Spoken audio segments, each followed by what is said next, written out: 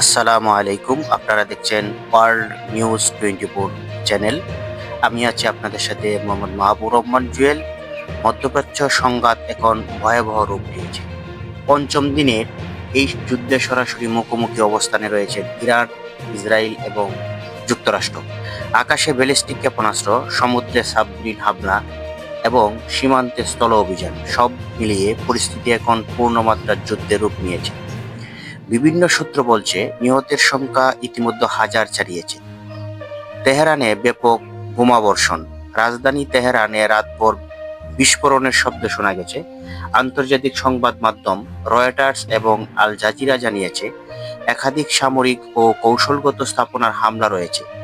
মানবাধিকার সংস্থা human rights activities news agency দাবি করেছে নিহতের সংখ্যা 1100 ছাড়িয়েছে। ইরানের সর্বোচ্চ নেতা আয়াতুল্লাহ আলী কামিনী এর নির্দেশে দেশটির প্রতিরোধ চালিয়ে যাচ্ছে।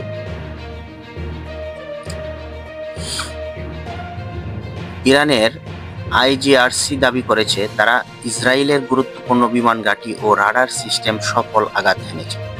রাজধানী তেল আবিব এবং বেন গুরিয়ন আন্তর্জাতিক বিমানবন্দর লক্ষ্য করে ব্যালিস্টিক ক্ষেপণাস্ত্র নিক্ষেপ করা হয়েছে বলে জানানো হয়েছে। এদিকে মার্কিন প্রেসিডেন্ট ডোনাল্ড ট্রাম্প মন্তব্য করেছেন তেহরানের সামরিক সক্ষমতা দুর্বল হয়ে পড়েছে, তবে ইরান বলেছেন তাদের উন্নত অস্ত্র এখনো ব্যবহার করা হয়নি। সমুদ্র ও সীমান্তে উত্তেজনা, সংঘাত ছড়িয়ে পড়ছে সমুদ্রেও। শ্রীলঙ্কার উপকূলে ইরানের একটি জাহাজ সাবমেরিন হামলায় খবর পাওয়া গেছে। অন্যদিকে লেবানন সীমান্তে ইরান সমর্থিত হিজবুল্লাহ রকেট হামলা চালানোর পাল্টা বিমান হামলা চালায় ইসরায়েল।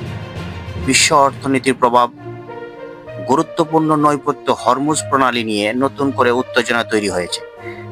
বিশ্লেষকদের মতে এই প্রণালী দিয়ে তেল সরবরাহ ব্যাহত হলে বিশ্ববাজারে তেলের দাম ব্যারেল প্রতি $150 ছাড়াতে পারে।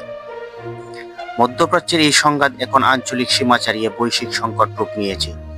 প্রশ্ন এখন একটাই, এই যুদ্ধ কি দ্রুত থামবে নাকি বিশ্ব আরো বড় সংঘাতের দিকে এগোচ্ছে? ভিডিওটি ভালো লাগলে লাইক দিন, শেয়ার করুন এবং সাবস্ক্রাইব করুন। ওয়ার্ল্ড নিউজ 24 পরবর্তী আপডেট নিয়ে আবারও হাজির হব। আল্লাহ হাফেজ।